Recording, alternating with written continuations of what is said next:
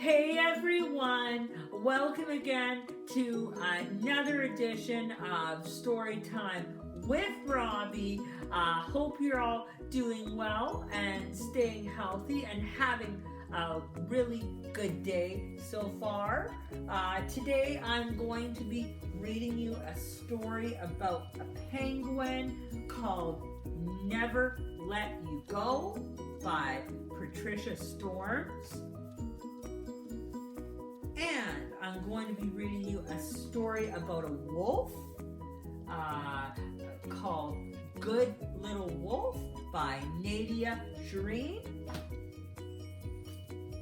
And I am going to be reading you a story about a dog called Dex, the Heart of a Hero by Carolyn Buchner. And I'll read you 100 Bones by Yuval Zelmer. Hope you enjoy. Let's get started. Alrighty, everybody. Just before we get into reading today, I just want to remind you, please, after I read today, please comment on the video and tell me what your favorite story was that I read today out of the 4. I really am wanting to hear your feedback on what story you like the best. So please do that. The first one. So the first story I'm going to read today is "Never Let You Go" by Patricia Storms. Here we go. Then, I love you, little one. I will care for you and treasure you always. And I will never let you go. Except when you need to go to the bathroom. And except when it's time for lunch. Or when you want to draw a picture. But other than that, little one, I will never let you go. Except when you have to chase the stars. And when you throw a tantrum or need some quiet time. But other than that, little one, I will never let you go. Except when you want to play with your friends. But other than that, not so, little one. Wait. I will never let you go. The end. Alrighty, everybody. The second story I'm going to read you today is Good Little Wolf by Nadia Shireen. Here we go.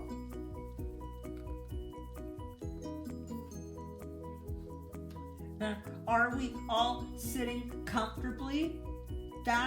Then let's begin.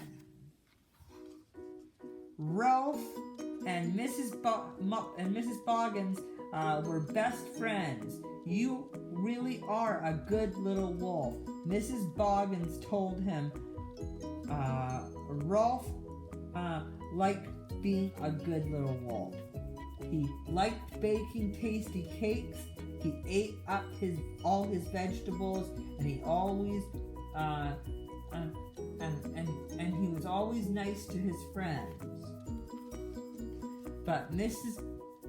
Boggins also said that not all wolves were good. In fact, some were downright bad. Rolf hoped he would never bump into a big bad wolf.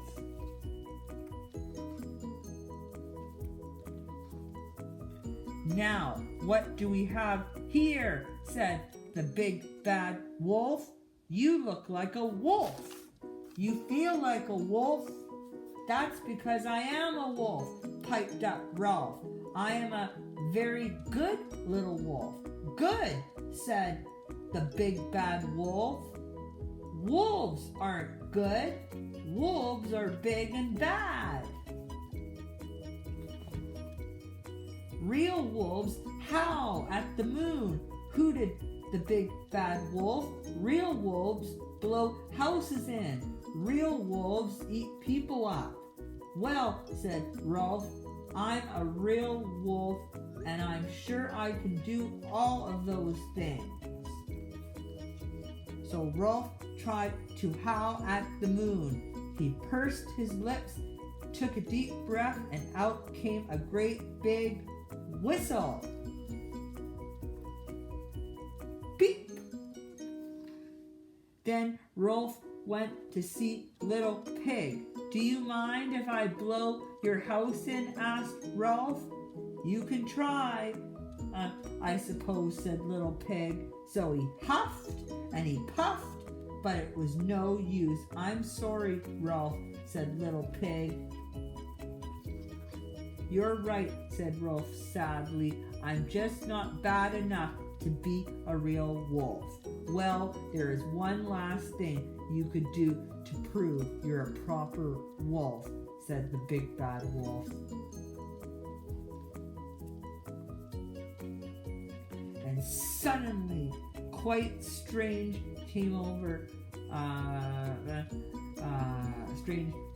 Rolf.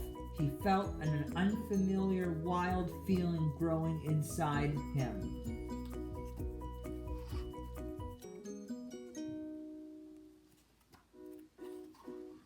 Rolf had never felt more like a wolf. See, I'm a proper wolf. I happen to be a good little wolf, said Rolf.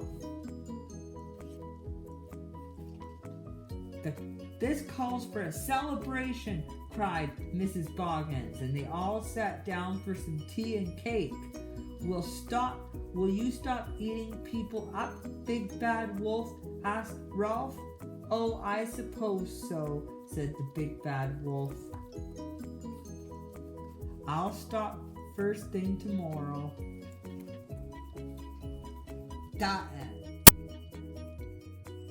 Hey everybody, the third story I'm going to read today is Dex, the Heart of a Hero by Carolyn Buchanan. Here we go.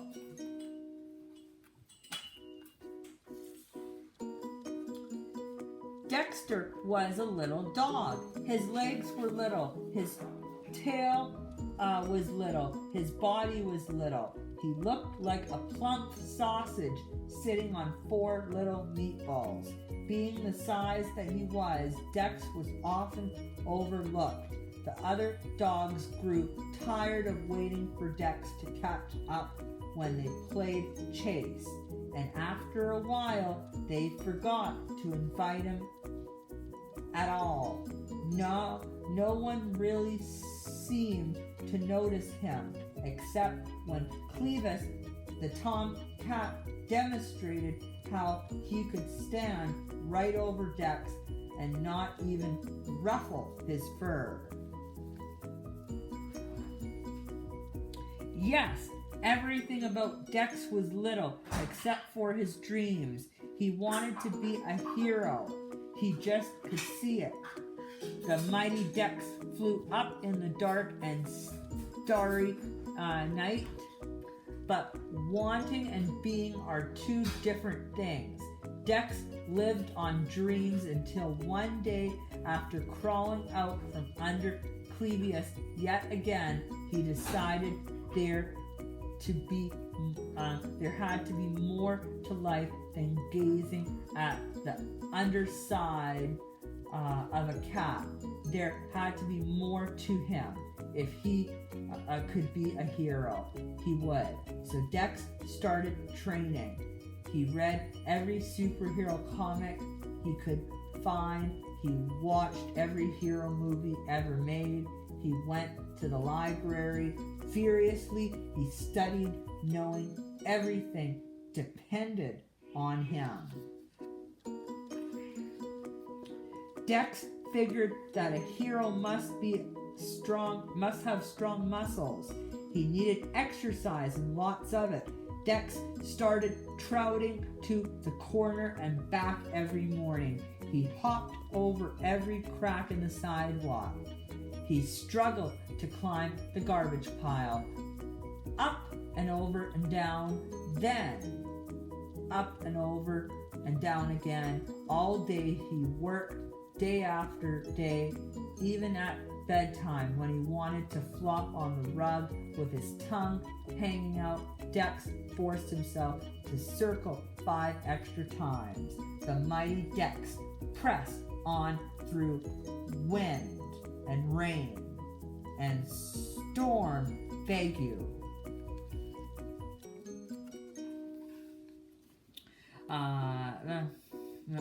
When it got easier to run to the corner and back, Dex did it again and then again. Then he dragged a sock filled with sand as he ran. Then 2 socks. When Clevius was bored and stood in the middle of the sidewalk to block his way, Dex dropped to the ground and slid right under him. He was too busy to be bothered by Clevius. Dex was tired. He was sore. He was working so hard that he almost forgot what he was working for. But one night, as he dragged himself to bed after his last set of push-ups, Dex stopped in front of the mirror and flexed. He could feel them. He could see them. Muscles. Faster than a rolling ball. Stronger than the toughest raw hide. Able to leap tall friends in a single bound. Now Dex didn't take the stairs. He skimmed them. He leaped over hydrants.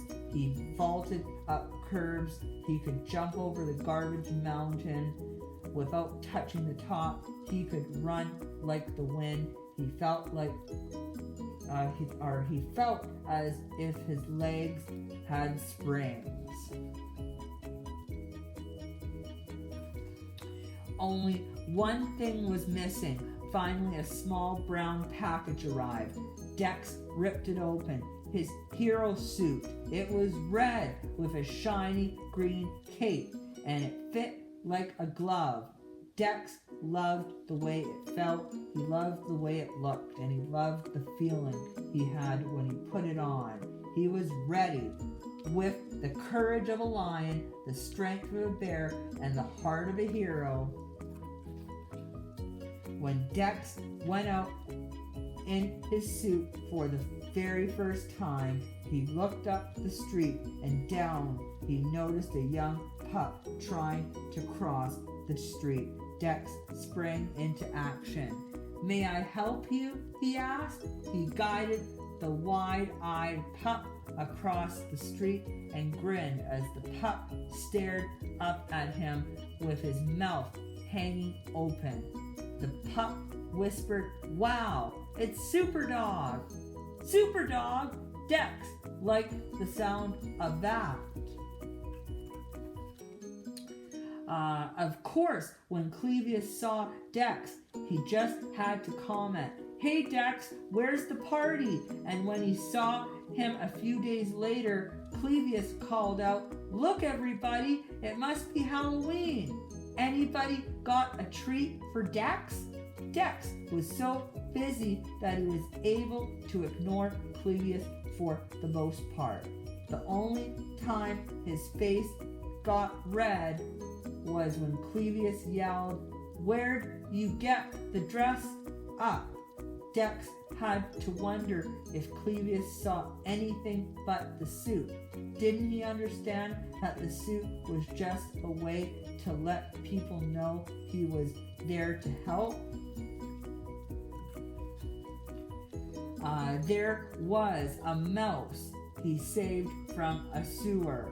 A purse snatcher he tackled He fixed his neighbor's sprinkler. He found a lost kitten, pulled a rat away from a live wire, tracked down a lost wallet, put out a trash fire, and organized a neighborhood cleanup day. It seemed that now whenever anyone needed help, they turned to Dex, and Dex had never been happier.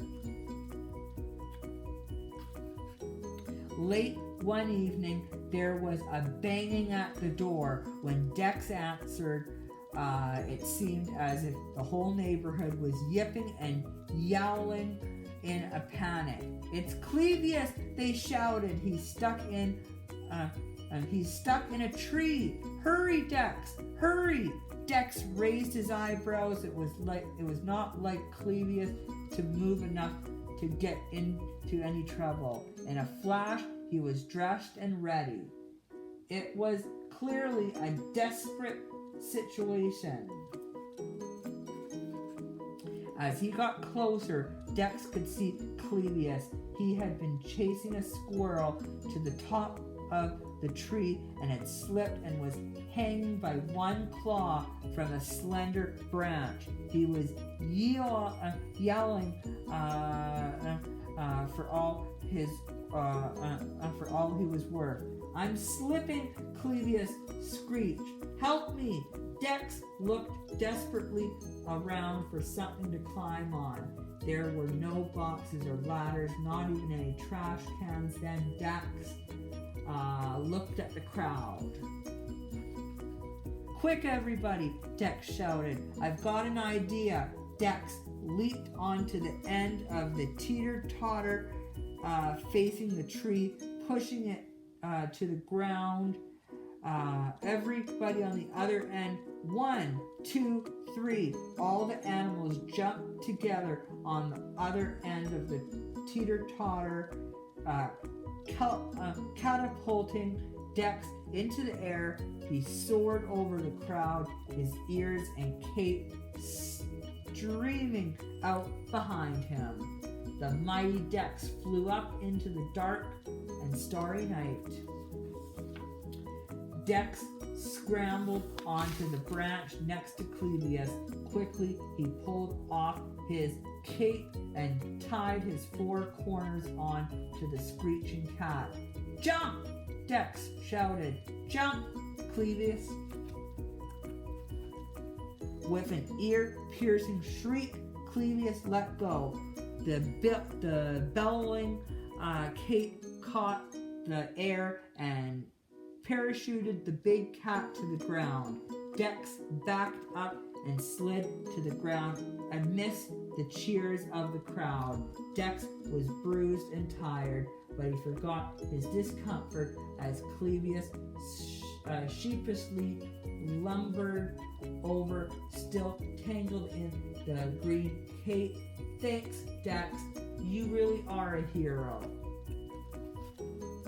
Dex didn't think he could feel any better, but he did, just a little. The next day, when Clevius sidled up next to him and whispered, "Say, Dex, could I be your partner?"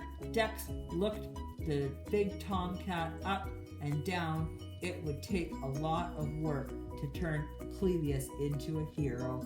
He could hardly wait. "Sure," said Dex with a grin. "Sure, with twice the brains and triple the brain of our heroes, forged on, ever ready to lend a helping hand, our lending paw." Diane.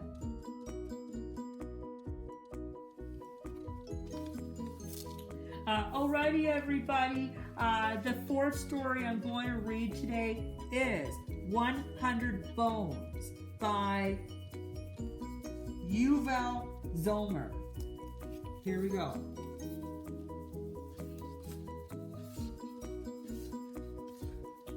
Scruff was not like the other dogs.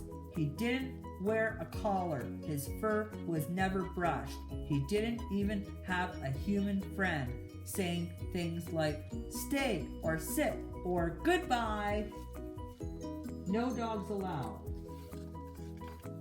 When Percy the pug, Pixie the poodle, Sydney, the sausage dog, and Ada, the African, were all out on their walks. Scruff just did what he did best, digging and digging and digging. The other dogs were not impressed, neither were their human friends. "Stop digging up my flowers," Mrs. Fancy Pants cried. "Get off of my lawn," Mr. Fusspot warned. "Not you again," Mr. Greenfingers called. "Shoo! Shoo! Go away!" huffed Mrs. Hoity-Toity. So Scruff set off in search of a friendlier place. He went beyond the fields, through the woods, and over the distant hills, until he smelled the most awesome smell. And that's where he began to dig, deep down into the ground, tunneling and burrowing until he reached the biggest pile of bones he had ever seen. There were teeny bones, mighty bones, the thin little twig bones, strange shaped funny bones, and bones the size of trees. 10 bones, 20 bones, 30 bones, woo! 40 bones, 50 bones, with lots more to go, and away Scruff ran, back over the hills, through the woods, across the fields, and into town. "Come and help me dig," he begged the other dogs. "But my nose would get dirty," said Pixie. "What about my hair?" sniffed Ada. "My paws would get muddy," protested Percy. "This could get me into serious trouble," said Sydney. "Fine," said Scruff. "I'll keep the bones to myself then." "Did you say bones?" barked the other dogs. "Where? Follow me," cried Scruff. 100 bones later, they looked around at what they uncovered. "You don't see bones like these at the butcher's," said Scruff, "or in the supermarket," added Ada. "They're not like the ones I get from the restaurant," said Pixie, "and they're even bigger than the bones I get for Christmas," cried Sydney. Said Percy, "I think I know where I've seen bones like these before." So they went by subway, by bus, and all the way across town to the Natural History Museum. Well, said Professor Downsky, "what have we got here? Extraordinary, magnificent, amazing. This could be the most exciting discovery of our time." 100 bones later, Downsky was finally ready to unveil the museum's spectacular new exhibit. People flocked from all over the country to see the skeleton of the most ferocious dinosaur ever found. Top digger. There was a special ceremony, and Scruff was given a shiny gold medal. He even got his picture on the front page of the paper. Daily, the bark dog has his day. But best of all, Scruff finally found a home and a human friend all of his own. And he still got to dig. The end. Alrighty, everybody. Really hope you enjoyed all the books today. The story about the penguin and the story about the wolf and the 2 stories about dogs. Thank you so much again for joining me and for watching. It's always a pleasure being with you and reading to you. Please comment on the video as always and let me know what you think of the pics. I always like to hear your feedback, and please let me know what your favorite story was out of the 4 that I read today. I really want to start hearing feedback from you guys. Have a awesome rest of your day, and I will see you here on the next edition of Story Time with Robbie. And until then, see ya!